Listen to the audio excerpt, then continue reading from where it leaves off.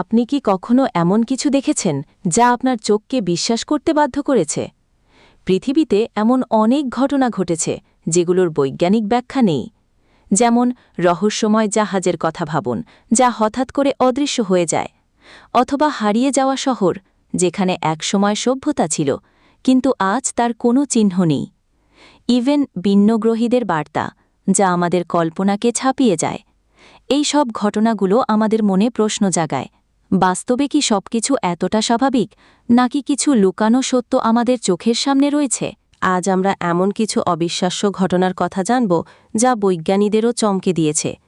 তো স্বাগতম আপনাকে সময়ের রহস্যর আরও একটি নতুন এপিসোডে।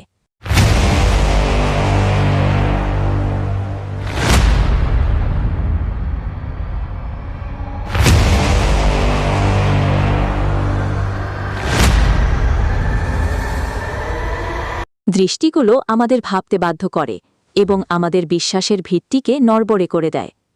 ২০০৭ সালে এক তরুণী পার্কে সেলফি তুলছিলেন।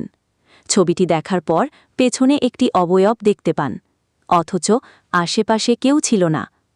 তার পরিবার বিশ্বাস করে এটি তার প্রয়াত দাদার আত্মা। কিন্তু কি সত্যি এটি অতিপ্রাকৃত?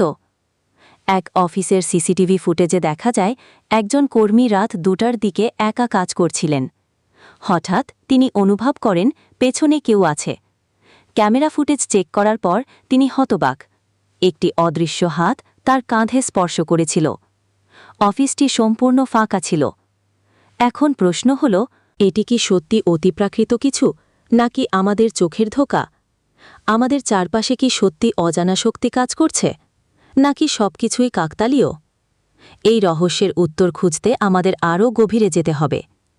মৃতদের কান্নার সেতু, একটি রহস্যময় স্থান যেখানে স্থানীয়রা দাবি করে রাতে কান্নার শব্দ শোনা যায়। গবেষকরা এখানে বহুবার রেকর্ডিং করেছেন এবং কিছু শব্দ সত্যিই অদ্ভুত ছিল। অনেকের মতে এটি অতৃপ্ত আত্মাদের কষ্টের প্রতিধ্বনি। এদিকে মিশরের হারিয়ে যাওয়া শহর হেরাক্লিয়ন অবশেষে সমুদ্রের নিচে পাওয়া গেছে।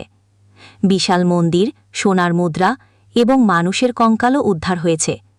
কিন্তু প্রশ্ন হচ্ছে, এই শহরটি কিভাবে এক রাতের মধ্যে সমুদ্রের নিচে হারিয়ে গেল?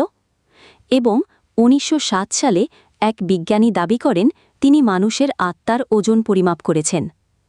তার মতে মৃত্যুর সময় শরীর থেকে ২১ গ্রাম ওজন কমে যায়।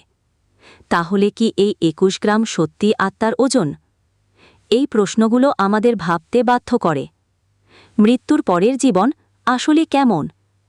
মহাকাশ থেকে আসা একটি রহস্যময় রেডিও সংকেত, যা ১৯৭৭-এ ধরা পড়েছিল, আজও বিজ্ঞানীদের মাথা ব্যথার কারণ। অনেকেই মনে করেন এটি কি ভিনগ্রহীদের পাঠানো বার্তা। ভাবুন তো, যদি সত্যিই তারা আমাদের সাথে যোগাযোগ করতে চায়। এখন আসুন মেরি সেলেস্টের কথা বলি। ১৮৭২ সালের ডিসেম্বরে আটলান্টিক মহাসাগরে একটি জাহাজ পাওয়া যায়, কিন্তু আশ্চর্যজনকভাবে পুরো জাহাজ ফাঁকা। নাবিকদের কোনো চিহ্ন নেই, অথচ খাবার দাবার সব ঠিকঠাক। সেই নাবিকরা কোথায় গেল? আজও এই প্রশ্নের উত্তর খুঁজে পাওয়া যায়নি। এগুলো কি কাকতালীয় ঘটনা, নাকি ভিনগ্রহীদের কোনো রহস্যময় পরিকল্পনার অংশ? আমাদের মহাকাশ এবং সমুদ্রের অজানা রহস্যগুলো আমাদের ভাবতে বাধ্য করে। আপনি কি কখনো ভেবেছেন ওই সংকেতটিকে সত্যি ভিনগ্রহীদের বার্তা? ১৯৭৭-এর সেই রহস্যময় সংকেতটি এতটাই শক্তিশালী ছিল যে মহাকাশ গবেষকটি চমকে গিয়ে নিজের নোটবুকে লিখেছিলেন, ফেলো ওয়াও। কিন্তু আজও বিজ্ঞানীরা জানেন না এটি কোথা থেকে এসেছে। এছাড়া ইংল্যান্ডের একটি গ্রামে ২টি শিশু হঠাৎ হাজির হয়। তাদের গায়ের রং ছিল সবুজ। তারা বলেছিল তারা এক অজানা শহর থেকে এসেছে, যেখানে সূর্য নেই। ছেলেটি পরে মারা যায়, কিন্তু মেয়েটি স্বাভাবিক হয়ে যায়।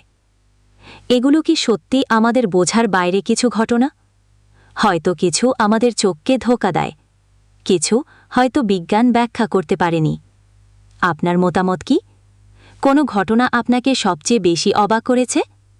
আপনারা কি জানেন পৃথিবীতে এমন কিছু অদ্ভুত ঘটনা ঘটে যা আমাদের কল্পনাকেও হার বানিয়ে দেয়? যেমনি ১৯৭৭ সালে একটি অজানা সিগন্যাল পাওয়া যায়, যা ওয়াও সিগন্যাল নামে পরিচিত। এই সিগন্যালটি এতটাই শক্তিশালী ছিল যে বিজ্ঞানীরা এখনও তার উৎস খুঁজে বের করতে পারছেননি।